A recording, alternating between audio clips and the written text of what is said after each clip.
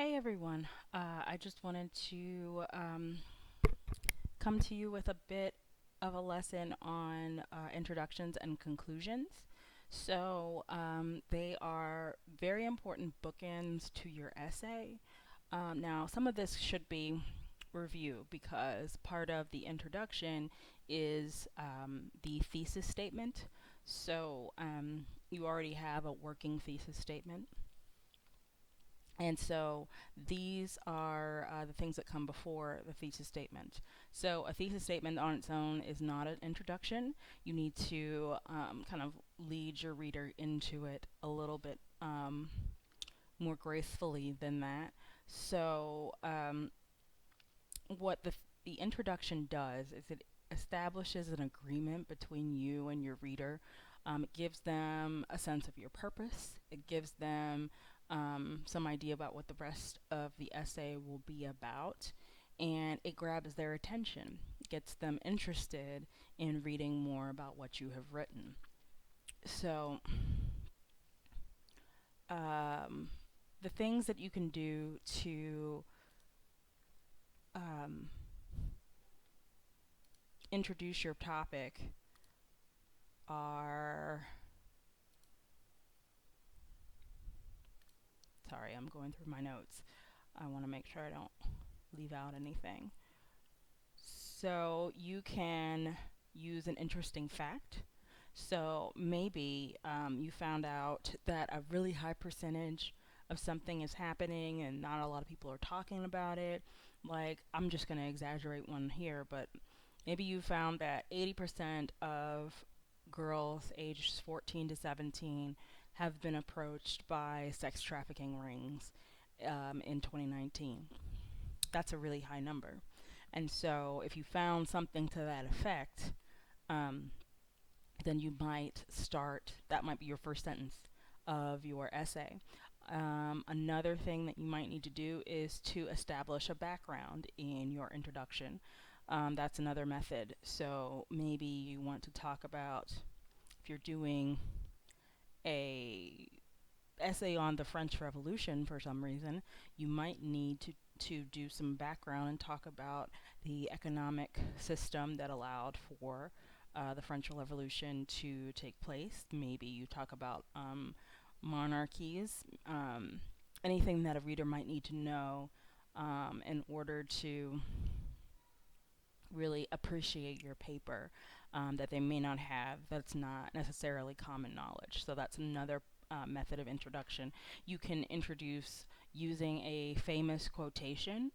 Um, so perhaps you quote Shakespeare, "To thine own self be true," something really well known like that, and then you move toward what your thesis statement is going to be about. Maybe you quote someone who's less well known, like your mother, who says, "If your friends were going to jump off of a bridge, would you do it too?" And maybe your essay is about peer pressure or something to that effect. So it doesn't have to be a famous, well known person, it can just be something that someone you know told you. You can also use a story. So perhaps you want to describe a situation where someone in particular is dealing with the issue that you are about to kind of go into more detail in the rest of the essay. So you start with their story, like so and so thought her day was going to um, be like every other day because of this and this, but she went to school, she did her homework, this happened, that happened to her, but just before bed, this other thing happened, right? And so that's like a story, and then you can lead into your thesis statement from there. Another one that's possible is a question. If you start with kind of a rhetorical question, I'm not a fan of the rhetorical question. Um, in the essay because people are coming to you for answers, not more questions in an academic setting. So I'm not that big of a fan of that, but it is a method. It's not one that I use in my own writing, but perhaps you will use it in yours. I don't know. But again, it shouldn't be your thesis statement, cannot be the question. Okay, that can't be in question format. That needs to be a statement. Um, So think about what stories might be useful. Think about what stats that you've come across in your research that might be useful. Things like that, any background. So um, your introductory paragraph should at least be 3 sentences long before we get to the thesis statement. That should be the very last sentence of the introductory paragraph. Okay, so you can think about um, once you've gone and written the entire essay, you can think about introductions after that. Like what would be the best way to kind of get people interested in what I actually did here. And this is also an opportunity to rework your thesis statement if it needs it. So maybe you started at one point, but you ended up arguing something else. Make sure your thesis statement still reflects what you ultimately end up doing in the rest of the essay. Um, so working with your introduction is another opportunity to do that. Now, conclusions. They're very important as well because it is the last opportunity that you have to make an impression upon your reader. So, the main thing that you need to think about with a conclusion is answering these two questions. So what, and why should anyone care? So, I've said all of this stuff. I've given you all of this information. I've given you stories. I've given you pathos, ethos, logos. I've given you stats. I made you laugh. I made you cry. I brought in psychologists. I brought in doctors into my essay. Now I'm ready to stop. What? Why should anyone care about anything that I have just written about? And the conclusion is your opportunity to talk about that. So, you can restate your thesis statement, but this is not, I repeat, it is not a copy and paste of the thesis statement from the introductory paragraph. You need to restate it using different words, right? What you do not do in the conclusion is give a summary of your entire essay. Okay, so you can restate the thesis statement in different words and then leave it at that, right? Do not go back through every point that you have just made because you just made it. We just read it, so we don't need to read it again, right? Okay. And so what you're going to be doing is, why is this important? Okay, so you have written about cesarean sections and their prevalence in American hospitals. So why is that important? It's important because people might feel pressured, and so it's important to be informed. It's important to understand that this is a bias or at least something that doctors are pushing so that you can inform your doctor up front.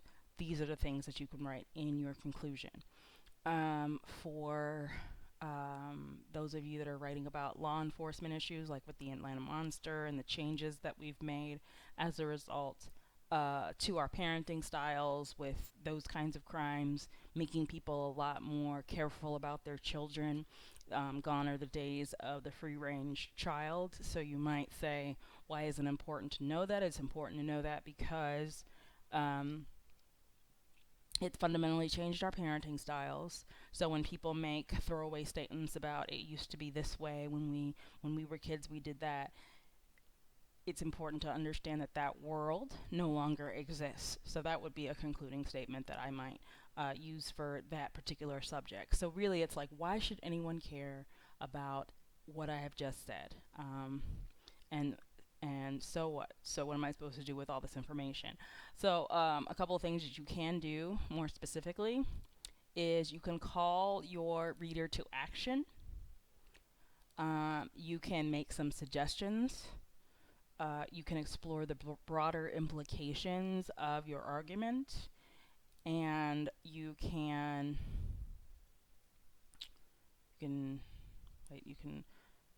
call the reader to, yeah, I think that's all of them. Yeah, you can call the reader to action, make a suggestion, talk about the broader implications. Oh, and give a warning. You can also give a warning. Like, if you guys don't listen to me, take my argument seriously, these disastrous things will happen. If You need to go out and donate blood. That's a call to action. You need to think about what will happen if we don't change the Social Security system. How will the system be able to support us long term? That's a broader implication kind of thing. So be thinking about those types and what would be most suitable for your particular essay.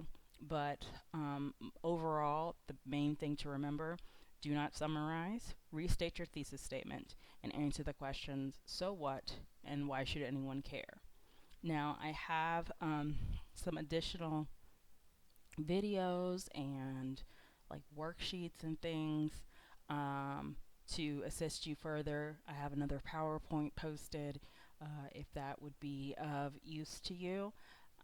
So take a look at those things as well and email me if you have any questions. Okay, thanks.